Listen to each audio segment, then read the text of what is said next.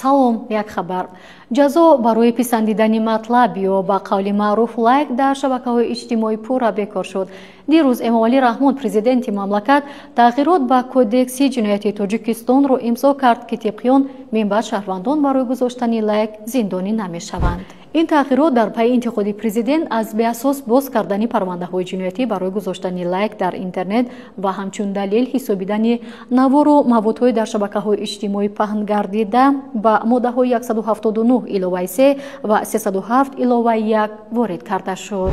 бино ба иттилои Сарраёсати иҷрои ҷазои ҷиноятӣ ба ҳолати имрӯза 1507 шаҳрванди ҷумҳурӣ барои гузоштани лайк дар интернет ва навиштани шарҳи дорои муҳтавои террористӣ экстремистӣ дар зиндон қарор доранд. бо татбиқи ин тағйирот ҷазои онҳо сабук мешавад ё не ҳоло маълум нест. хабарҳои бештар дар телеграм канали Азия Плюс.